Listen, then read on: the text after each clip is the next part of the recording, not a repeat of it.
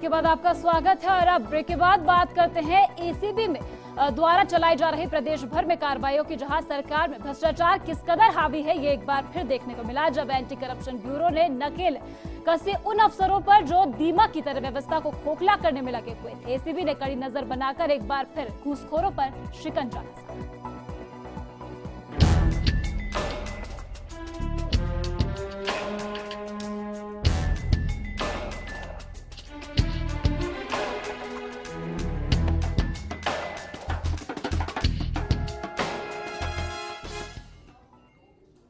₹15 लाख की रिश्वत लेने के आरोप में गिरफ्तार पीएचईडी के चीफ इंजीनियर आरके मीना और additional chief engineer Subodh Jain और एसपीएमएल के प्रतिनिधि ने दिन भर एसीबी ने इनसे पूछताछ की। वहीं गुड़गांव से की फर्म से बिल पास करने और उसके द्वारा किए कार्यों में सहयोग करने के एवज में ₹15 लाख की रिश्वत लेने के आरोप में मंगलवार को रंगे हाथों एसीबी ने इन्हें पकड़ा था। वहीं एसीबी ने तीनों को कोर्ट में पेश कर दिया है।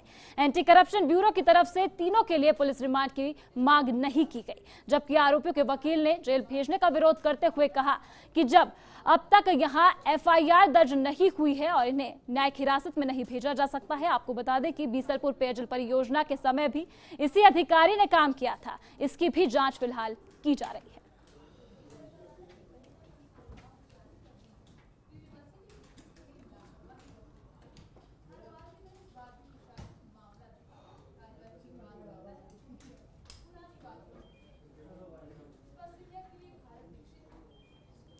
तो वहीं एसीबी द्वारा कल जयपुर में 7 जगहों पर छापा मारकर 30 लाख रुपए के रिश्वत कांड के मामले में जलदाय विभाग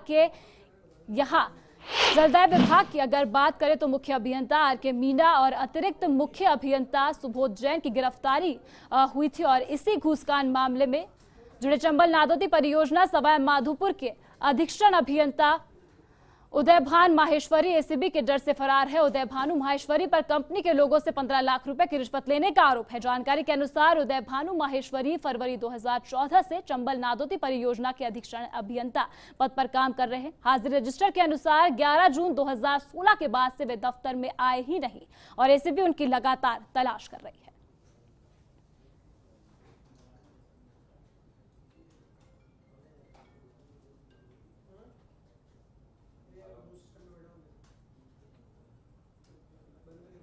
तो जयपुर और सवाई माधोपुर में यह कार्रवाई की गई एसीबी द्वारा। वहीं अगर बात करें पाली की, तो यहां के रानी थाना इलाके में नाडोल पुलिस चौकी में तैनात कांस्टेबल हरिकिशन को 10,000 रुपए की रिश्वत लेते पाली एसीबी में स्टाफ ने रंगे हाथों गिरफ्तार कर लिया। दरअसल मामला नाडोल के परिवादी दिनेश चौधरी के पुराने मुकदमे में आरोपी कांस्टेबल हरिकिशन द्वारा मुकदमे में सहयोग करने के एवज में पहले 21,000 रुपए की बात तय हुई थी, मगर परिवादी और आरोपी के बीच 16,000 रुपए में बात तय हुई। परिवादी दिनेश चौधरी ने 5,000 रुपए पेशगी के तौर पर दिए और 11,000 रुपए बुधवार 20 जुलाई को देने में तय हुआ था, जिसके बाद आखिरकार परिवादी दिनेश ने एसीबी में शिकायत की, जिस पर आज सुबह एसीबी ने आरोपी कांस्टेबल हरिकिशन को 10,000 रुपए की रिश्वत लेते हुए गिरफ्तार कर लिया।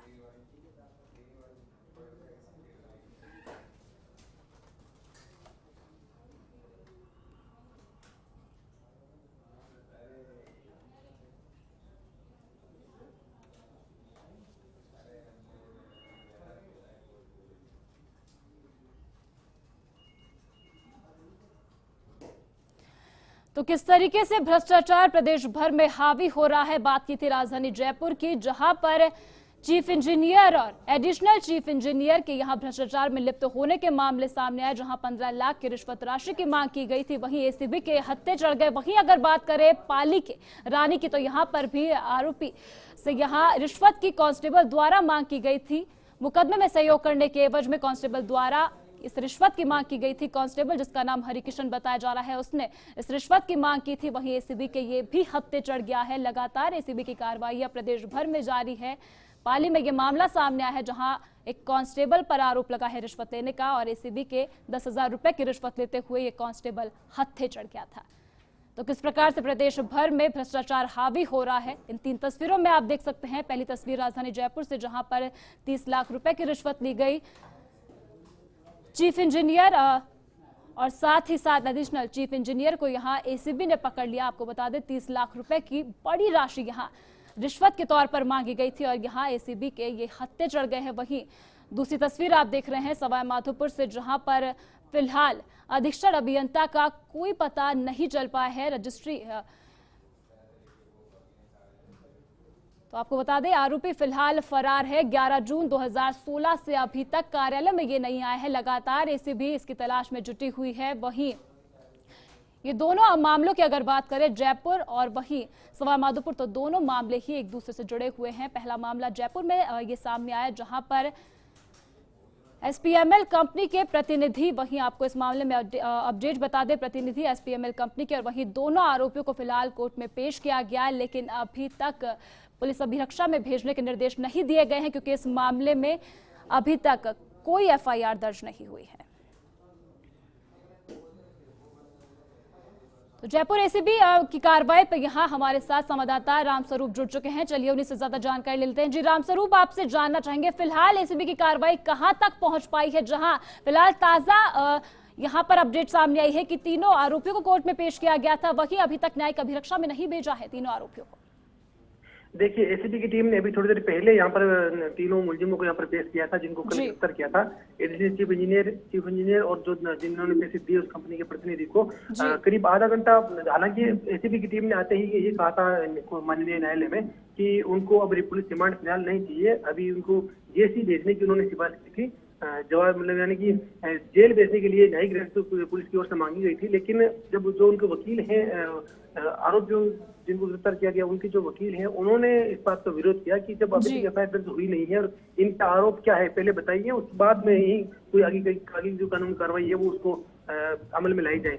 लेकिन अभी पुलिस जो न्यायाधीश हैं, उन्होंने दोनों पक्षों को सुना। करीब आधे घंटे से ज्यादा तक, करीब 45 मिनट तक जो है दोनों पक्षों की बहस चली। उसके बाद में न्यायाधीश महोदय ने अभी तक कोई निर्णय सुनाया नहीं है, वो अभी चीज को मनन कर रहे हैं, थोड़ी देर देख रहे हैं, उसके बाद में उसका फैसला सुनाएंगे।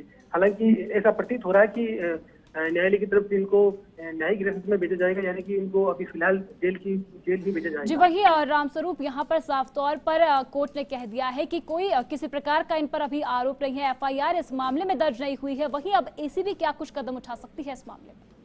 देखिए, एसीबी में जब भी इस तरह की कार्रवाइयां होती है, चाहे किसी शिकायत परिवादी के बाद में जो पुलिस किसी को ट्रैप करती है, या यदि खुद की तरफ से कोई एसीबी कार्रवाई करती है, तो इस मामले में लगभग जितने भी सभी मामले होते हैं उन सभी में एफआईआर बाद में ही होती है। पहले जो प्रावधान होता है वो शुरू में ये होता है कि किसी व्यक्ति को इस तरह की ट्रैप की कार्रवाई को अंजाम देना होता है, तो पूरी ट्रैप को कार्रवाई को अंजाम दिया जाता है, एक रीडिंग नोट बनाया जाता है, उस नोट के आधार पर ही सारी कार्रवाई चलती है, और उसी के आधार पे पुलिस जो है एफआईआर दर्ज बाद में ही करती है। अभी जब न्यायाधीश ने उनको कहा, पुलिस अधिकारियों को, और जो पीबी उनसे पूछा कि आपने एफआईआर दर्ज क्यों नहीं की, तो उन्होंने ये कहा था कि हम एफआईआर जो है 1-2 दिन में दर्ज कर लेंगे कल, क्योंकि एफआईआर जो है इस तरह के प्रकरणों में बाद में दर्ज की जाती रही है हमेशा से ही, तो उन्होंने भी ये कहा था कि हम 1-2 दिन में दर्ज कर लेंगे, उसके बाद में इनको रिमांड पे लेंगे।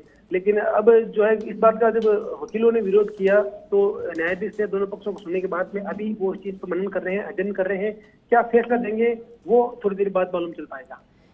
जी शुक्रिया रामस्वरूप इस पूरी जानकारी के लिए। तो आपको बता दें, राजधानी जयपुर में ये मामला सामने आया, जहां पर एसीबी द्वारा कार्रवाई करते हुए 3 आरोपियों को गिरफ्तार किया गया था। इसमें मुख्य अभियंता और साथ ही साथ यहाँ एक एडिशनल चीफ इंजीनियर को गिरफ्तार किया था एसीबी ने। वहीं आज कोर्ट में जब इस मामले में इन तीनों को पेश किया गया, एसपीएमएल कंपनी का प्रतिनिधि भी इन आरोपियों में शामिल है, वहीं कोर्ट ने साफ तौर पर कह दिया कि अभी तक इस मामले में कोई एफआईआर दर्ज नहीं की गई है, इसलिए न्यायिक अभिरक्षा में जेल नहीं भेजा जा सकता। और फर्स्ट इंडिया न्यूज पर खबरों का सिलसिला लगातार जारी रहेगा। फिलहाल हमारी इस खास पेशकश में इतना ही। आप देखते रहिए फर्स्ट इंडिया न्यूज, और ज्यादा जानकारी को आप हमारी वेबसाइट firstindianews.com पर भी देख सकते हैं। नमस्कार।